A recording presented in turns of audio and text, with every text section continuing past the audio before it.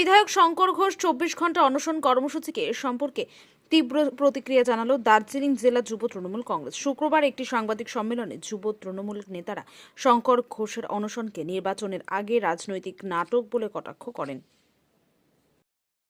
অনশন মানুষ ভুলে গেছে এবং মিডিয়া ওনার কাছে যায় না। একটা লোক দেখানো অনশন যে যাতে একটু মিডিয়া হাইলাইট পাওয়া যায়, মানুষের কাছে সিম্প্যাথি পাওয়া যায়, কিন্তু শিলিগুড়ি বিচক্ষণ নাগরিক তারা জানে যে কারা তাদের পাশে আছে। 2022 সালে শিলিগুড়িবাসী যেইভাবে আমাদের বোর্ডকে এবং আমাদের তৃণমূলকে যেইভাবে দুহাত ভরে তাদের আশীর্বাদ করেছিলেন 2026-এর বিধানসভা নির্বাচনে, তার চেয়ে বেশি ভোটে আমরা শিলিগুড়ি বিধানসভায় জয়যুক্ত হব এবং শঙ্কর ঘোষের প্রাক্তন বিধায়ক হওয়া শুধুমাত্র সময়ের অপেক্ষা। উপস্থিত হয়েছেন এবং অনেকের সাথে হয়তো ইংরেজি নববর্ষে শুরুর সময় দেখা হয়নি। প্রত্যেককে দার্জিলিং জেলা তৃণমূল যুব কংগ্রেসের পক্ষ থেকে ইংরেজি নববর্ষের অনেক অনেক শুভেচ্ছা, অভিনন্দন। আপনাদের এই বছরটা খুব ভালো কাটুক। আজ আমি জয়ব্রত মুকুটি, সভাপতি দার্জিলিং জেলা তৃণমূল যুব কংগ্রেস সমদল।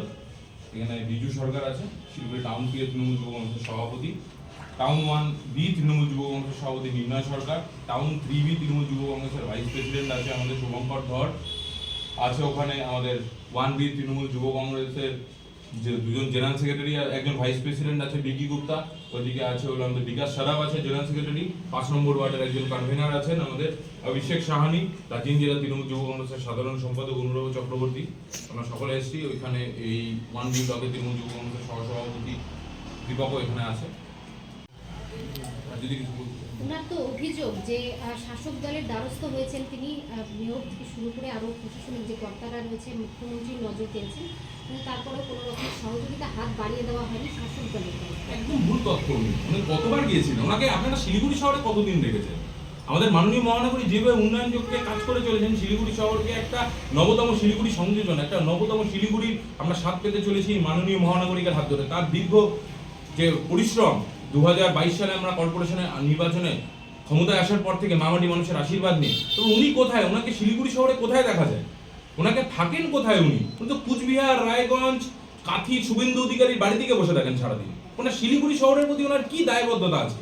শিলিগুড়ির মানুষের জন্য কি করেছেন? বাকি বিধায়করা এরকম বলছেন না কিছু হলে নেকাকার না। এটা কারণ একটাই, উনি যে শিষ্য, উনি তো আমাদের প্রাক্তন বিধায়ক এবং প্রাক্তন মেয়র অশোক ভট্টাচার্যেরই তো শিষ্য। উনি যেরকম খালি রাস্তায় দাঁড়িয়ে দাঁড়িয়ে বলতেন শ্বেতপত্র প্রকাশ করব, কাজ হচ্ছে না, কিছু করতে পারছি না, সেম উনি। এবং তার ফলাফল কি হয়েছে? অশোক ভট্টাচার্যকে 6 নম্বর ওয়ার্ডে মানুষও হারিয়ে দিয়েছে, 2021-এর বিধানসভা নির্বাচনে হারিয়ে দিয়েছে। সেম পরিণতি শঙ্কর ঘোষের হবে। শুধুমাত্র আপনারা একটু সময়ের জন্য অপেক্ষা করুন এবং ওনার প্রাক্তন বিধায়ক হওয়া শুধুমাত্র সময়ের অপেক্ষা। আজকে